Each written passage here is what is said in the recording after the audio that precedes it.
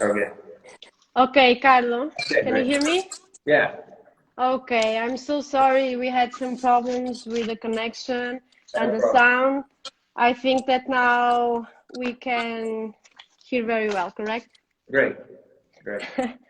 Okay, Carlos. So, as I was telling, we are very happy to finally announce the collection that you designed for us. Yeah. It was more or less 1 year ago when we asked you to design us a dining set. And today it's the big day, and we will present your products. And this live is because we would like our followers to know you better, and to have the chance to know you as we had to do while doing with you. So we will make some questions, and it will be a sort of interview. And so let's go ahead, okay? Great, great. So first question, Carlo, tell us more about the Dolce Vita collection and the collaboration with Essential Home. Well, first of all, it was a great pleasure to work for Essential Home. And I would say that this collection, this new collection, comes out from a true passion that we share with Essential Home. It's our love for modernism. We call the collection Dolce Vita, of course, after the name of the movie, the masterpiece movie by Fellini. It's not only Dolce Vita, it's not only a name, it's more than a movie. In my opinion, it's like a brand, a lifestyle, something that is strongly connected with the typical way of living in the golden age in Italy. The collection has deep roots in the Italian design of the 60s. It's inspired by the, let's say, impeccable design of the post-war period masters. Of course, we're talking about Gio Ponti, but also Osvaldo Borsani and Franco Albini. And also we found very interesting and poetic the structural design of Pierluigi Nervi. With this engineering design, but you can find clues and hints almost everywhere. So it was a nice suggestion for us. Great. And so you took inspiration from the Italian modernist masters. Is there any other reference that you took as inspiration for this collection? Well, Italian modernism was for sure the first reference, but at the same time, I'm very fascinated by the direction that modernism takes when it's applied in different, very different contexts, like Palm Springs, for example. Palm Springs is like a mirage. It's an unbelievable, elegant dream in the middle of the desert. It's like a mid-century kind of a laboratory for architecture and for design, with its clean lines, with bright colors. And in the 60s, it became like an unusual vacation place for superstars like, I don't know, Elvis Presley or Frank Sinatra. They had their villa there. And I found in some way a kind of a similar way. It reminds me of the sweet way of living of the Dolce Vita. So we find a connection between the two places. I wanted to introduce the use of geometric patterns and textures, which are so typical in the sophisticated design of the 60s. And sometimes you can also find hints in fashion. For example, it's funny, but we loved some shirts worn by Brad Pitt, and they were really a source of inspiration too for us. I believe actually at the end there's like a common thread, a sort of a crossover that gets together Gio Ponti with Fellini, Frank Sinatra with Brad Pitt or Elvis Presley. So it's always interesting, in my opinion, to create a dialogue, some like unexpected friction and among different sources. If you like mix and blend everything and shake it, everything, then a nice collection comes out. So, Carlo, can you tell us more about the collection and the pieces that you designed? Yeah, we designed a dining set of 6 pieces: a table, a chair, a sideboard, a chandelier, a room divider, and a rug. Each piece of the collection is named after a great Italian actor or director of the mid-century. And the first item we're talking about is showing you is Alberto, the table Alberto, of course after Alberto Sordi. And the wooden legs of the Alberto table, the smooth curvilinear lines, takes inspiration from the architectural shape of Oscar Niemeyer, his concrete structures. And you can see they elegantly meet the round corners of the marble, which is on top. The top is made of Caracata marble, creating at the end a kind of a small architecture. And then the second piece is a chair. We call it Federico chair. The Federico chair introduces 50 patterns in the seat upholstery. There's an ivory back. The edge shape of the walnut wood creates, in a certain way, like a dynamic design with the L-shaped frame. The L-shaped frame is black. The chair's composition is completed with the brass details that are found in leg studs and caps. Then we have we design sideboard. It's called Victoria. The sideboard is characterized by the smooth lines of the H-shaped legs. The H-shaped legs were a distinctive trait of the furniture in the 60s, especially we're talking about Borsani. And the golden handles are recessed, and the shape of these handles recalls the line of like a blooming flower. Then we have a recessed top also in Calacata marble. The Mina chandelier is like a stylized plant with a round shaped heart. The arms raised like a gilded branches. And the shape is inspired, very much inspired by the Palazzo del Lavoro designed by Pierluigi Nervi and Gio Ponti. So we're talking about a concrete structure that can be sometimes good hints to design, furniture design. And the lamp incorporates two kinds of double light system. The central one for lighting the table, and the second one is a strip lamp under each arm of the lamp for, let's say, a more cool and appealing effect. And then the last, there's two more with the room divider.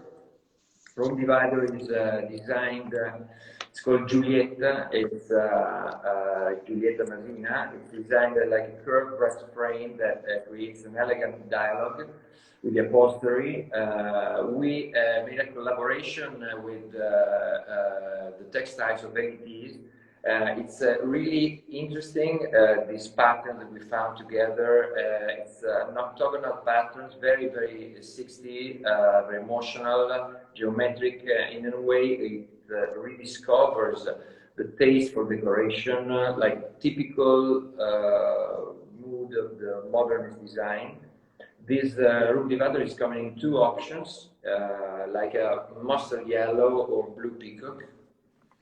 And the last one is the rug. We designed a rug, and the name of the rug is Claudia, like Claudia Cardinale, and it embraces fluid line design, embodying an unexpected selection of wool colors, connecting together rust color with the light blue and ivory, and it's a nice palette, very 60-70.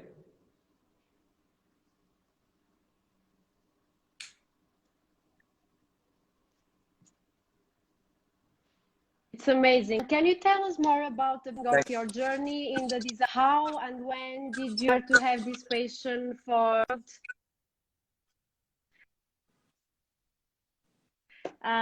design? and the world of interiors? Let's say that Carlo? beauty to me represents like let's say a matter of proportions, colors, details, and I still have memories of interior details of hotel rooms or bar tiles, furniture from the 60s since I was a kid. And talking about details, Miss Banderot used to say, God is in details. So actually, they are very important in the design of the furniture. Later, in my 20s, I started working for a historical architectural firm in Italy and Milan, like Studio Belgioioso, who did Torre Velasca and Studio Gregotti. Then I moved to the States. I lived in New York, where I worked for Gianni Versace. Gianni Versace, I worked there for the renovation, on the renovation of his townhouse in nearby Central Park. And then about his, I worked on his flagship store, Fifth Avenue, and in Manhattan.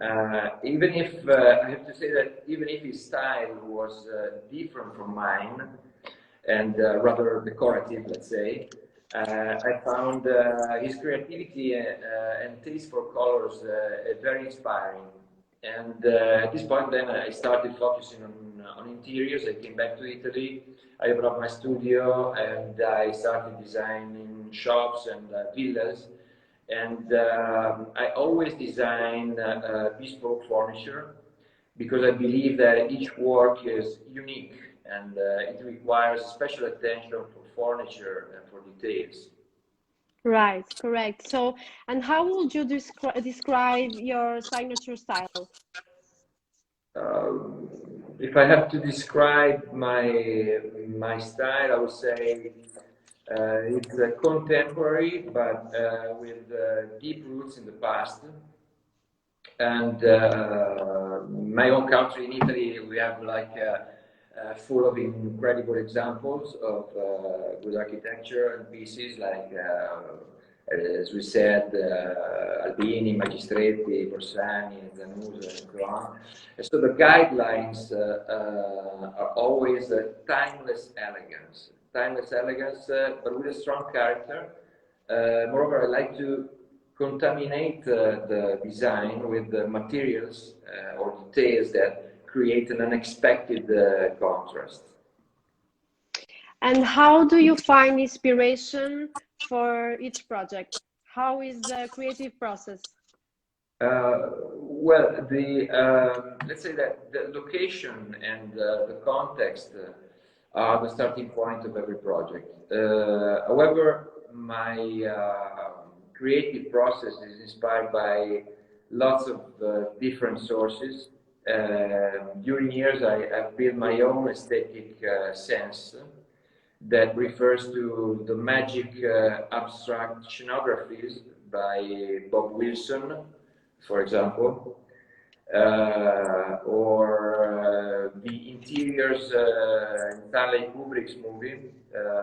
This is another example of a genius. We're talking about a genius, of course, and also some kind of little things like the diner in Pulp Fiction movie by Quentin Tarantino, for example. Or if I have to quote, of course, it's like without no doubt the modernist villas photographed by Julius Schulman in Los Angeles. Of course. And if you had to choose the project of your life, which would be and why? Well, it's difficult. Pick the project that are most representative of our work are Villa LA, modern, and Lotte, and the Slower store in New York, maybe. By the way, these are not necessarily the biggest project we did, but I believe the most interesting. Villa LA is a brand new construction that we did that well represents our principle because you find sense of proportions, you find careful choices of materials, you find the use of light, a revisited modernist approach. Meanwhile, Loft A is a huge loft, about 800 square meters, sorry, and 800 square meter renovation. It's still, I think it's still very innovative, even if we did it some years ago, both for the use of materials and for the interpretation of the layout. We have, referring especially to the connection and relationship between the spaces, the transparency, the glass back. We have like a box pool in the middle of the dining room, the living room, which is organized, around which is organized everything of the house. Very interesting. And as a designer, do you think that it's interesting to follow the trends? It's very important to be updated, to keep yourself updated on the actual trends. But I would say that at the same time, you have to be able to work on different tracks out of the mainstream. Because you have to try to anticipate new trends, be original, let's say try in our little field to be some kind of disruptive, never to copy paste. Of course, otherwise the trend will be always the same. Yeah, it will be always the same. You never add anything of your experience, your taste. So you always have to do the effort, let's say, to try to be new in some way, to do some kind of disruptive. Yeah. Of course. So another question, Carlo. Do you think that the mid-century modern is becoming an influence in luxury design work? Personally, I love mid-century modern, and I do believe that it was a period where elegance and lightness were reference points, and I absolutely believe that it will have a fundamental influence in the luxury design, because we are talking about timeless elegance. We're not talking about fashion period. We're talking about timeless elegance. So nothing, in any case, can come back from the past without being, let's say, deeply transformed from the power and the energy of the present time. Right. And Carlo, one question more related to us as brand. So how do you describe Essential Home as a brand through their collections and the Portuguese culture? Well, Essential Home, it's a brand that combines the Portuguese craftsmanship culture with a contemporary style. It has a distinctive traits that are the use of bright colors and polished brass, and together with walnut wood, white marble, and we know that it's and discover that it's a high-level quality product, very high. The lines of the furniture are very well defined, and what's more important for us is that it's a very recognizable style. Portuguese craftsmanship is well-known tradition, especially in relation of working on wood and cork. It's recyclable also and sustainable. And then we all know the ceramic styles or the tradition of the textile. And let's say that if I have to choose to name a couple of masters in architecture in Portugal, I would say, of course, Alvaro Siza and De Moura. Great. And the last question: designing products for Essential Home has been a good creative challenge? Of course, designing for Essential Home for us was and if yes, why? Yeah, it was a challenge. It was a challenge because I took up with great enthusiasm, because it gave me the opportunity to work on one of my favorite styles, and modes, which is the mid-century modern, but also to reload it with new hues and new materials. And it was a great opportunity to combine the great tradition of the design masters with the Portuguese craftsmanship. And we loved to introduce these 60s patterns and some kind of, in Italian, gioia di vivere, which is joy for life, joie de vivre. It's a very Italian atmosphere, like in the Dolce Vita. You can breathe in the Dolce Vita, or also in Palm Springs, this kind of joy for life. And let me say also that I believe, since we're talking in this period, we're living in a difficult moment for humanity, the whole world. So we strongly need, I think, an injection of positivity and optimism. Of course, that your collection brings us that. So we hope so, yeah. So, Carlo, this was the last question. Thank you so much for your time and for this collaboration. It has been really a pleasure to work with you. It was a great pleasure for us to work with you. Thank you so much. And we really enjoyed the collection. Tell me? We really enjoyed the collection, actually. Of course. So today everyone can see Carlo Donati collection in our website. Hope you guys like it, and we keep in touch. Okay, keep in touch. Carlo, thank you so much. Have a rest of a good day. Bye. See you next time. Bye. Bye.